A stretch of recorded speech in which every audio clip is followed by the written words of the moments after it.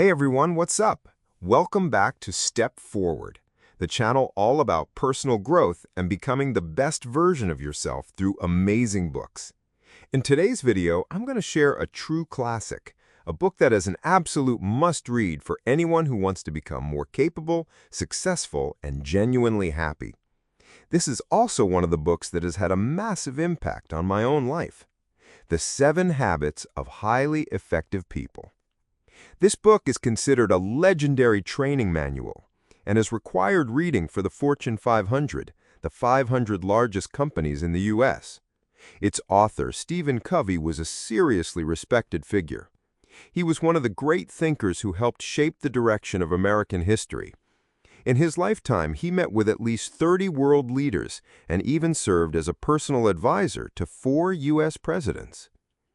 The 7 Habits completely changed the way I think. For a long time, I saw people recommending it all over the internet, but I kept putting it off. I figured it was just another one of those generic self-help books. But about 7 years ago, when I was really struggling and had hit a wall, I finally picked it up. And wow, I was blown away. It wasn't just a book of practical tips. It's packed with profound wisdom that we can all learn so much from. Reading this book, I came to understand a fundamental truth. For anything to exist, it must have an essence. For anything to succeed, it must follow the right path. And for anything to grow, it has to have strong roots.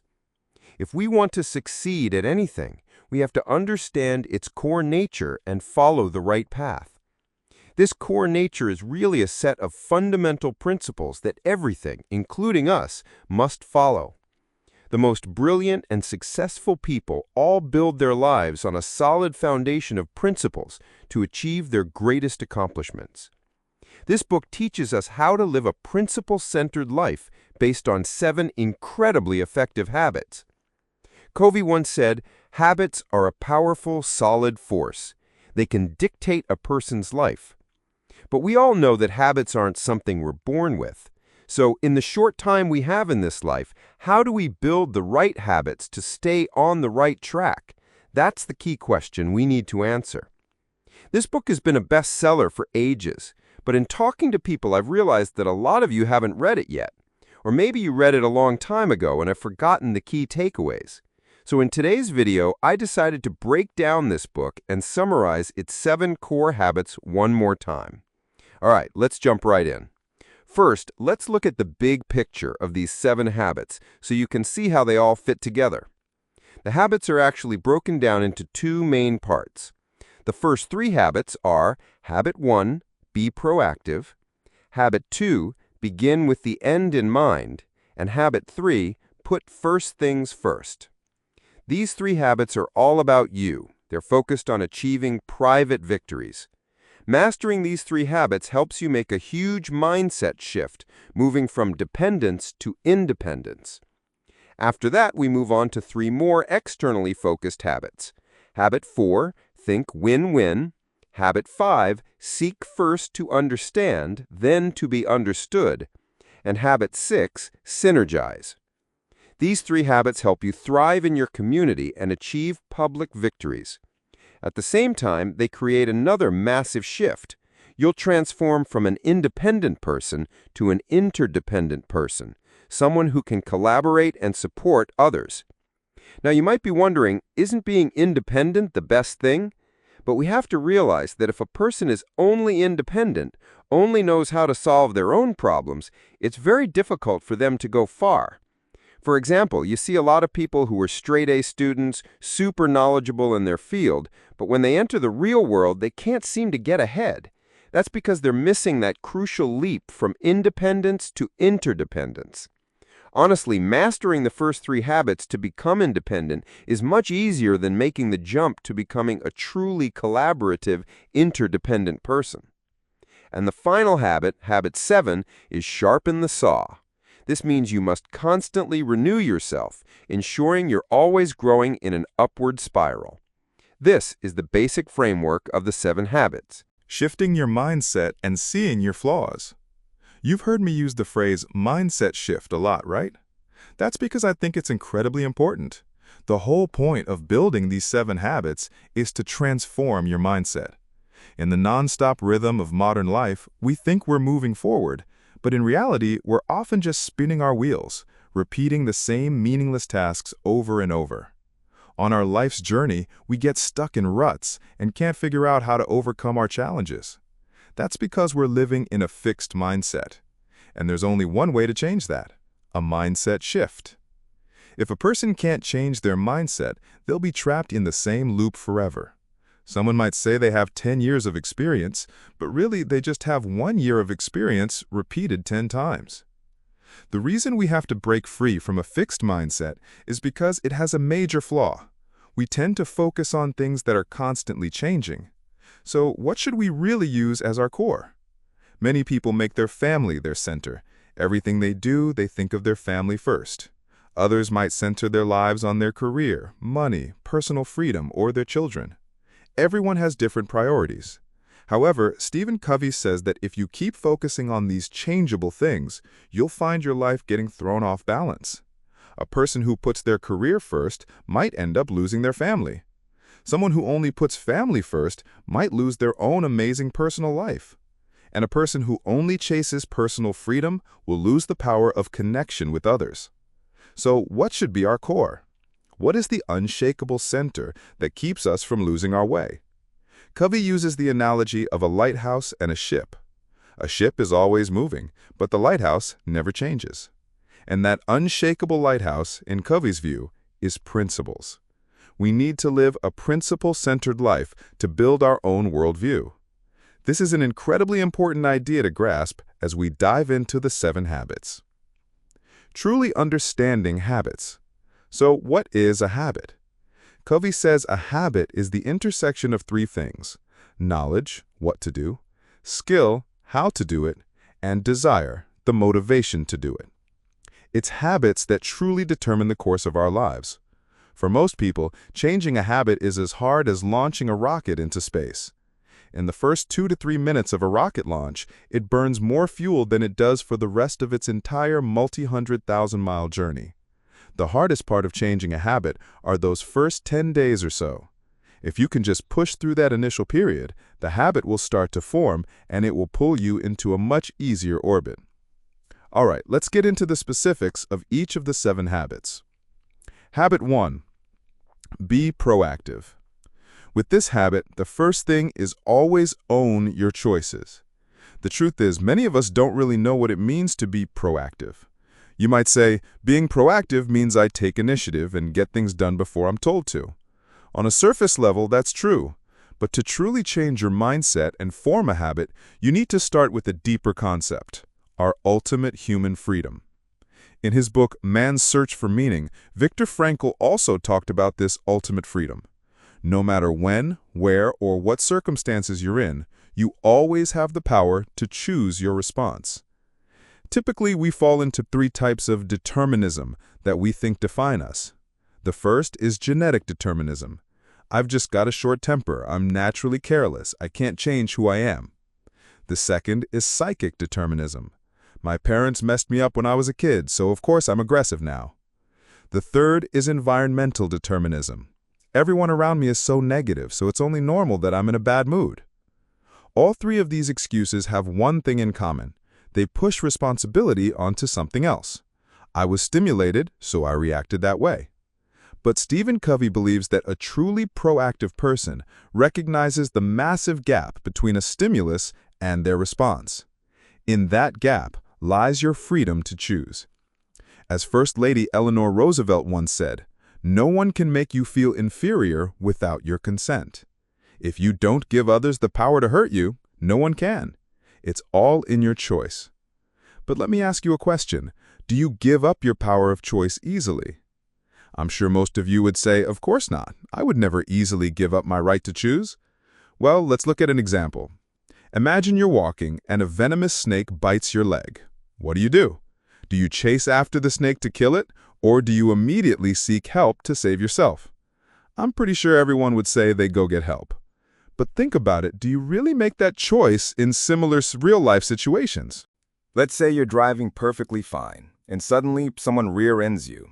you immediately feel a surge of rage. You fly off the handle, get out of the car, start yelling, and some people might even chase down the other car, leading to arguments or even a fight. Or another example. In high school, you complain that a certain teacher is unfair, their lectures are boring, and they make you sleepy. You have a million reasons not to take that class seriously. But by doing that, you're essentially handing your power of choice over to that teacher. Yelling at the driver who hit you, or slacking off in class to get back at the teacher, both of these actions are no different from being bitten by the snake and then chasing it down. And of course, doing that will only hurt you more. So remember, your life is the result of your choices. Whether you like it or not, don't so easily give away your power to make a better choice for yourself. The second key to this habit is to focus on your circle of influence. Another crucial part of being proactive is understanding your circle of influence and your circle of concern. What's your circle of influence? It's the circle of things you can actually change through your own efforts. Your circle of concern, on the other hand, contains all the things you might care about or have an opinion on, but that you have no real power to change. I've discovered that successful people throughout history have one thing in common. They focus all their energy on the things within their circle of influence. If you're always worrying, getting angry, complaining, blaming others, or making excuses, you're just making your circle of concern bigger. And the bigger your circle of concern gets, the smaller your circle of influence becomes. You'll notice that so many people today waste countless hours getting sucked into online drama, celebrity gossip, and the latest hot-button issue. We don't have that much time in our lives. So don't waste your time on things you can't control or change. Instead, spend that time reading books, learning new skills, or gaining knowledge that helps you grow intellectually, physically, or spiritually. These efforts will expand your circle of influence day by day. So, the key takeaways for Habit 1 are: always own your power to choose and focus your energy on expanding your circle of influence. Next, let's talk about Habit 2. Begin with the end in mind. Stephen Covey tells us that everything is created twice. First, there's the mental creation, and second, there's the physical creation. This means that if you want to do something, the mental creation is like being a leader. First, you need to know where you're going. Then, in the real world, you can make adjustments to better achieve your original goal. But many of us tend to skip the mental creation part. We just work tirelessly every day, like we're on autopilot. And if your mind lacks that creative vision, if you don't know what you truly want, then your physical creation becomes meaningless. Without a clear end goal, even if you start, you'll eventually drift off course. That's why we have to set goals for ourselves and learn to write our own life script. But how do you write that script? Many people divide their lives into stages. Before 18, I'll focus on getting into college. From 18 to 25, I'll focus on my studies and graduate with honors. From 25 to 40, I'll focus on my career and climb the ladder. From 40 to 50, I'll start my own business. After 50, I'll enjoy life. You can see why many of us think this is a fantastic life plan. However, think about this for a second. When you're completely focused on your career and your child comes to you and says, "Dad, can you play with me for a little bit?" You say, "I'm busy with work right now. I'll play with you tomorrow." But you miss that moment of their childhood again and again. Are you neglecting your child for your career? When you're focused on your business, your wife wants to talk to you about something that's been bothering her, but you say, "I'm swamped. I don't have time. Let's talk about it later." Is your relationship as strong as it used to be? And then, after 50, you've successfully built a public company and have a lot of money, but now your child has grown up distant, not close to their parents. Your family bond isn't what it used to be. Do you think having a life like that can be called a success? The truth is, many of us live this way. We make a lot of money, But we don't hesitate to sacrifice our health, because in each phase of life we can only focus on one single thing. And sadly, Stephen Covey says don't ever focus on just one thing so narrowly. Instead, focus on principles. Use these 7 habits as your core objective to enhance every aspect of your life. And it's not just with children. With everyone, we need to be aware of whether our emotional bank account has enough funds and whether we're making timely deposits. The way to protect your emotional bank account is to make deposits by truly understanding others. You need to pay attention to the little details in relationships, keep your promises, lower your expectations of others, have the courage to admit when you're wrong, and love unconditionally. These are some of the basic ways to invest in your emotional bank account with others. Why am I talking about this first? Because before you can become interdependent and collaborate with others, you need to understand this most basic principle. Invest in the emotional bank account. Then you can move on to practicing the habit of thinking win-win. You'll notice that many of us, in everything we do, just want to get the better end of the deal. But in reality, you can find so many mutually beneficial solutions when you cooperate with others, where you win, I win. It would be amazing if we could all reap the benefits together. So what's the foundation of a win-win mindset? It's mutual trust. Your emotional bank account with that person must have enough trust built up. Trust is incredibly important. But of course, we can't always achieve that kind of relationship. That's why Stephen Covey said that if we realize we can't reach a win-win situation, it's better to choose no deal. In this case, no deal is also a win-win outcome, because at least we haven't wasted any more of each other's time or energy. All right, now let's move on to habit 5. Seek first to understand, then to be understood. For this habit, you first have to learn how to listen. But we have to admit, most of us don't know how to listen. When someone is talking, we immediately start thinking about what we want to say in response. There's an interesting piece of research on communication that shows when a person is listening to someone, within 3 seconds, their mind has already started to formulate a reply. This is the root cause of ineffective communication. The reason we don't know how to listen is because we often respond with what Covey calls autobiographical responses. What does that mean? The first sign is evaluating. The moment someone says something, you immediately jump in with your opinion. That's right, that's wrong, you shouldn't do it that way, you should do it this way. The second is probing. You hear their story and immediately want to dig deeper. So what exactly happened? And then you start analyzing the root cause. The third is advising. We act like a life coach, giving them advice based on our own personal experiences. The final sign is interpreting. We judge others based on our own motivations and behaviors. If you have any of these 4 tendencies, it means you still don't know how to truly listen. Let me give you an example. A high school senior comes home and complains to his dad about how boring school is. His friend's family let him drop out to open a repair shop where he's already making money. The son thinks this is a great option. Now let's think about it. What would be the typical reaction of a parent, a father, hearing his son complain like that?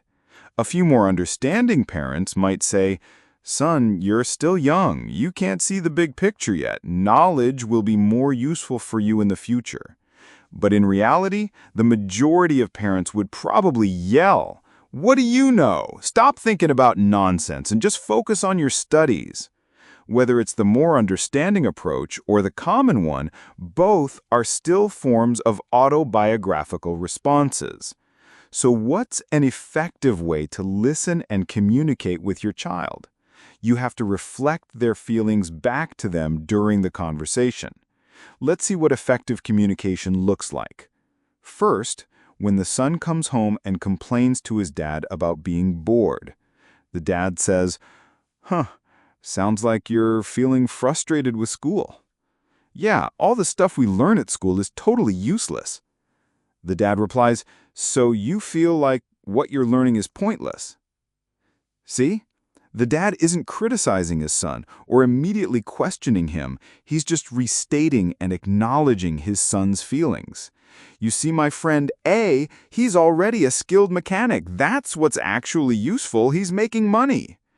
The dad replies, you see what he's doing as the right move. And the dad just keeps reflecting his son's feelings without any judgment. I'm sure if you were the dad, you'd be getting really impatient. You'd want to immediately jump in with your own opinion because you think your son is still too naive and needs your experienced guidance. But you need to know that the moment you state your own opinion, your son will start arguing with you. And once that debate starts, the conversation will go nowhere and you'll never understand what's really going on with him. After the dad says that, the son starts to see another angle.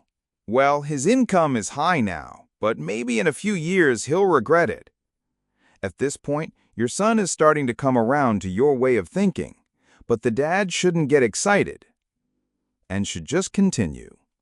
So, you think in the future your friend might regret his decision?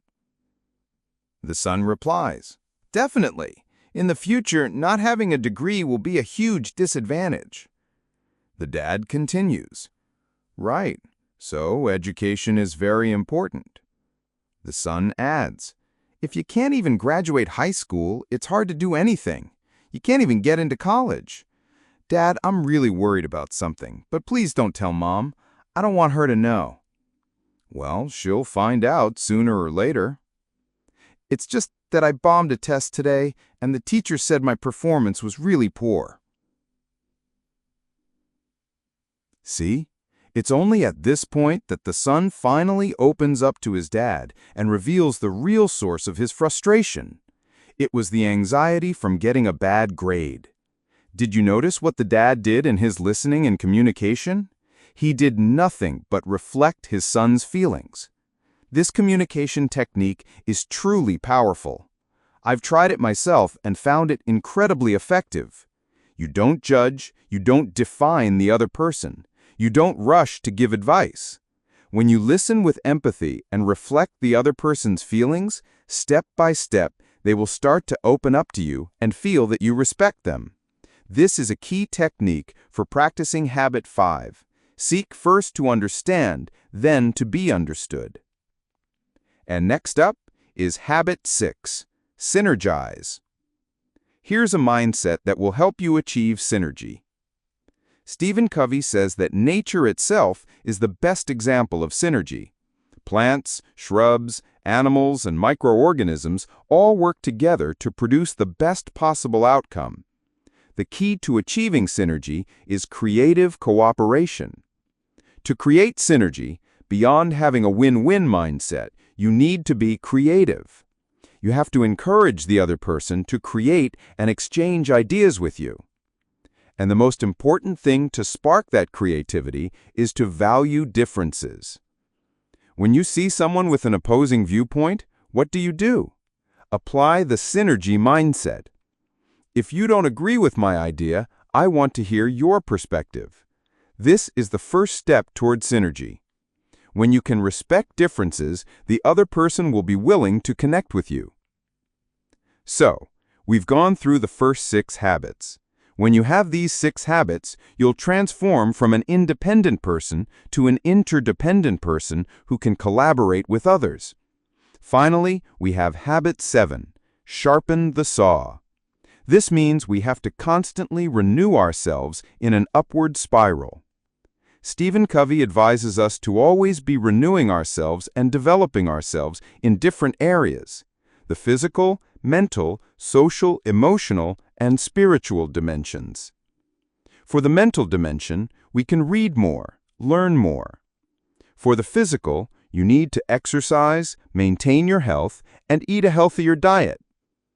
For the social, emotional, we need to connect more, especially by giving more, and regularly making deposits into your emotional bank account with others.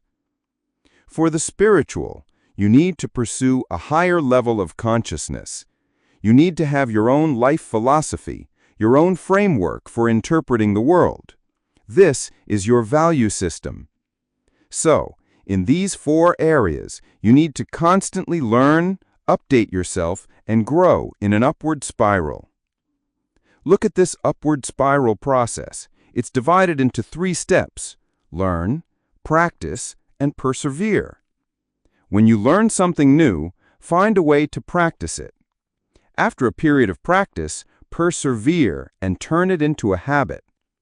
When you've learned something new and you continue to practice and persevere, you'll become stronger and stronger. And just like that, you'll continue to climb higher. So, there you have it. The 7 habits to help you live a happier, more effective life in every aspect. This book has been in readers' hearts for 33 years.